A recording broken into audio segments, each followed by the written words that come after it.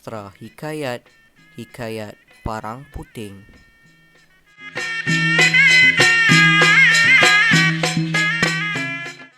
Hikayat Parang Puting mengisahkan tentang seorang budak miskin yang membela seekor anak ular naga, anak helang dan anak tikus. Budak miskin tersebut tinggal bersama bondanya. Budak miskin terkenal dengan kehebatannya mengawal anak ular naga sehingga dia dipanggil menghadap raja untuk membuat persembahan.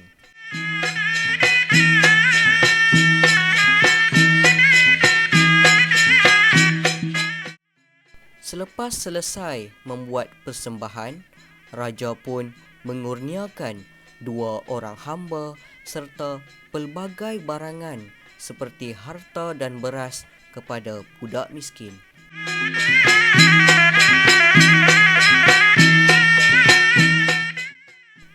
Pada suatu malam, anak ular naga berfikir untuk meninggalkan budak miskin dan hidup bersama datuknya di Tasik Hijau.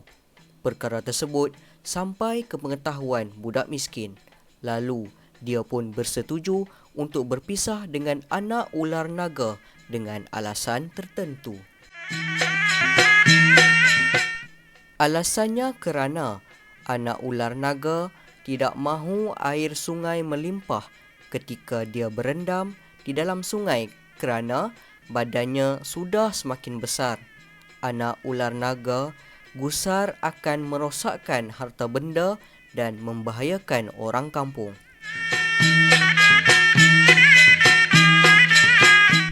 Setelah mereka tiba di Tasik Hijau, anak ular naga meminta budak miskin untuk memohon cincin yang terdapat di dalam mulut datuknya sebagai tebusan kepada jasa baik budak miskin menjaga anak ular naga. Anak ular naga memberitahu bahawa cincin itu mempunyai hikmat. Disebabkan kebaikan budak miskin terhadap anak ular naga, Raja Naga dengan rela hati menunaikan permintaan budak miskin untuk memiliki cincin hikmat tersebut. Raja Naga memberitahu budak miskin bahawa cincin hikmat itu boleh menyediakan pelbagai jenis makanan dengan segera. Selepas itu, budak miskin memohon izin untuk pulang ke rumahnya. Sebelum berpisah, mereka saling bersalaman. Sementara itu, bonda budak miskin berasa bimbang kerana anaknya belum pulang lagi. Dia meminta hambanya mencari budak miskin itu. Setelah diberitahu yang anaknya gagal dijejaki, bonda budak miskin pun menangis. Dalam pada itu juga, bonda anak ular naga menjadi murka apabila mendapat tahu yang Raja Naga menghadiahkan budak miskin cincin hikmat. Dia pun mengarahkan hulu balang naga menjejaki budak miskin itu dan mengambil kembali cincin hikmat.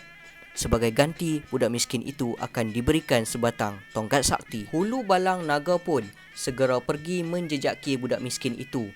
Semasa berjalan di dalam hutan, hulu balang naga itu ternampak budak miskin itu sedang duduk beristirahat di bawah sepohon pokok. Hulu balang naga itu memberitahu budak miskin yang tujuannya menjejaki budak miskin itu untuk mengambil kembali cincin hikmat dan sebagai gantinya, budak miskin itu diberikan sebatang tongkat sakti. Hulu balang naga itu memberitahu budak miskin akan kesaktian tongkat tersebut. Oleh itu, budak miskin berkeinginan untuk mendapatkan tongkat sakti tersebut. Layanan baik budak miskin terhadap hulu balang naga menjadikan dia lalai dengan tugasnya. Hulu balang naga kemudiannya mandi di dalam kolam. Peluang tersebut diambil oleh budak miskin untuk merampas tongkat sakti tersebut.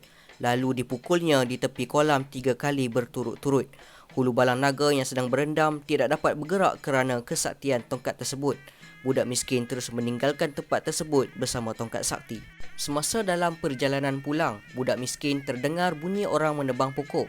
Dia pun menghampiri tempat tersebut, tetapi hanya ternampak parang puting yang bergerak. Parang puting tersebut melarikan diri apabila budak miskin menghampirinya.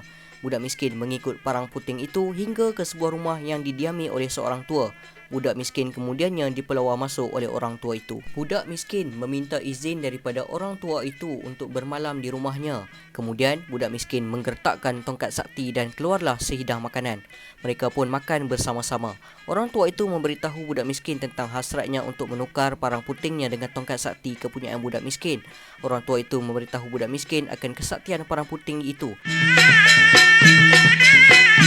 Budak miskin pun meneruskan perjalanannya pulang ke rumah. Bondanya berasa gembira apabila melihat kepulangan anaknya. Bonda budak miskin meminta anaknya ke rumah Syah Bandar yang dianggap sebagai bapa angkat.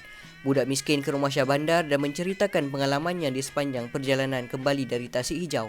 Kemudian dia pulang ke rumah dan memberitahu ibunya yang ibunya tidak perlu lagi memasak kerana dia sudah ada cicih hikmat yang boleh menyediakan makanan.